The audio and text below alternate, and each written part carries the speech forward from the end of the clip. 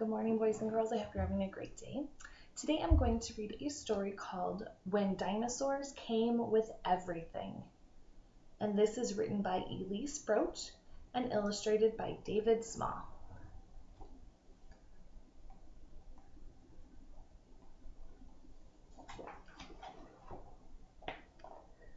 Friday is errand day. My mom goes on boring errands and I have to go with her.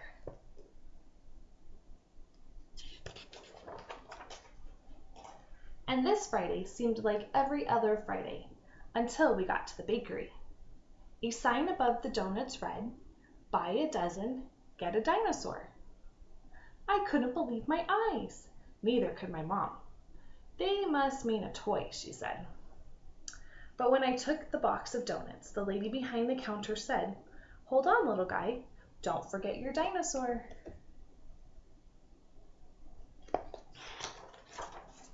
And there he was. "Mom!" I yelled.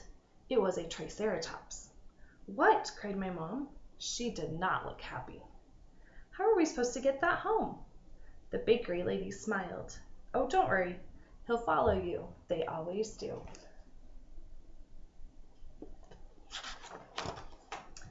And he did, all the way to the doctor's office where I had to go for my checkup. My mom shook her head. "What are we going to do with him now?" She looked him up and down. That took a while. I told him not to, we can't bring him inside, she said finally. He'll have to stay in the parking lot. I told him not to talk to strangers.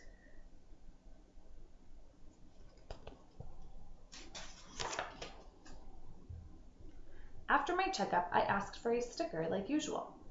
"No stickers today," said the nurse. "Just dinosaurs. With the shot, you get 2. "I want a shot," I said. The nurse smiled. "Not today, buddy, but you can pick up your dinosaur at the front desk."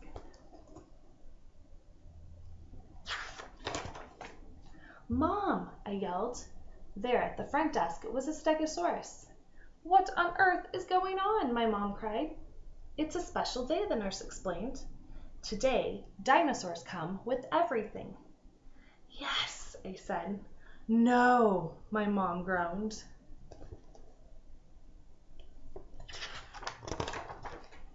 We walked down the street and my triceratops and stegosaurus walked right behind us. Thud, thud, thud. They made friends right away. Across the street, other kids had dinosaurs too. I saw an ankylosaur, a duckbill, and a velociraptor. We all waved at each other. Our mothers glared and kept walking.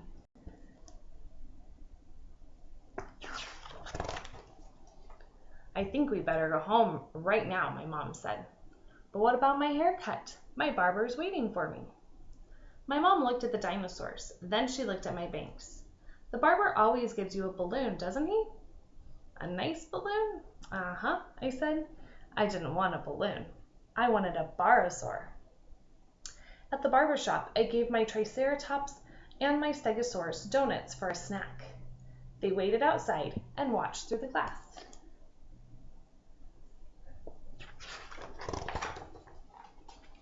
The barber pumped up the chair high. He cut my hair too short, but I didn't mind, because then he patted my head and said, "Wait right here, sport." He was gone for a long time. My mom tapped her foot. "I don't like this," she said. "Where exactly do they keep the balloons?" Just then the barber came back with something flying over his head. It wasn't a balloon. "Mom!" I yelled. It was a pterosaur.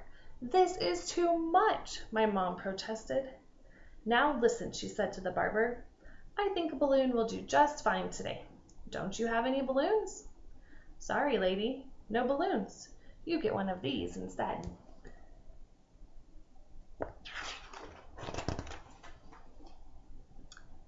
It was like that everywhere we went. At the shoe store, the sign read, "Buy 2 pair, get dinosaur free." My mom decided my shoes would last a little longer. At the theater, we could hear the popcorn man shouting, "Butter, no butter? You want a dinosaur with that?" My mom said we'd go to the movies another day.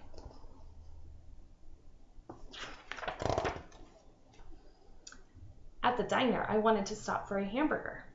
But when the girl walked out with a Tyrannosaurus Rex,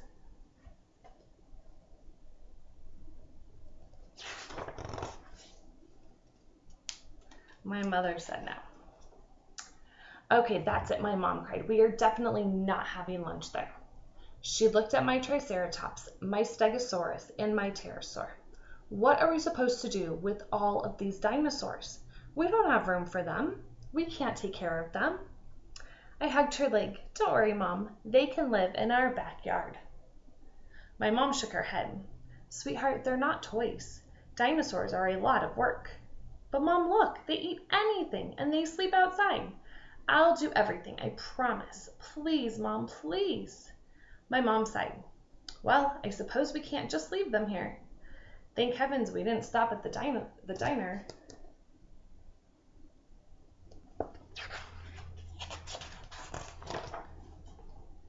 We hurried home, and my dinosaurs hurried up after us. Thud, thud, thud, flap, flap, flap. When we were almost there, we saw a little duck-billed dinosaur standing alone on the street corner. He looked lost. Mom, that's a baby hadrosaur. He's all by himself. Sweetie, we've already got our hands full. The hadrosaur followed us. It wasn't my fault. You can see what he's giving him to follow them. What's he giving him? Donuts. When we got home, my mom needed to lie down, so I made lunch for the dinosaurs.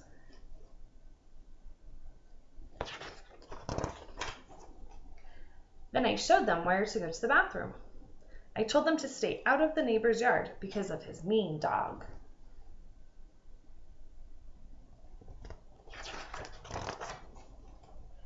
And I showed them my slide, my tire swing, and all the toys in the garage. They seemed to be having fun, but they really went wild when I took out my frisbee. The hadrosaur had the first throw. The frisbee landed on the roof. I saw my mom watching from the window. Is everything all right out there? She asked. Everything's fine, Mom. We can get it down. And my pterosaur flew up and plucked the frisbee out of the gutter. My mom kept watching. She looked at him for a long time.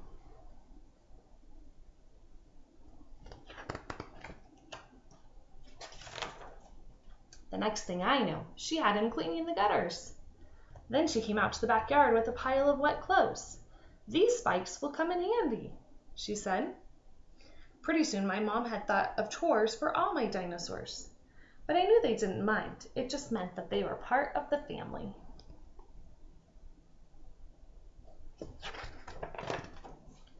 When we were finished helping, my mom said I could invite some friends over.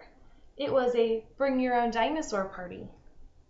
And guess what happened next? What do you think's gonna happen? I heard my mom on the phone to the bakery. She asked, "Do you have any donuts left?" And that's when I knew everything would be just fine.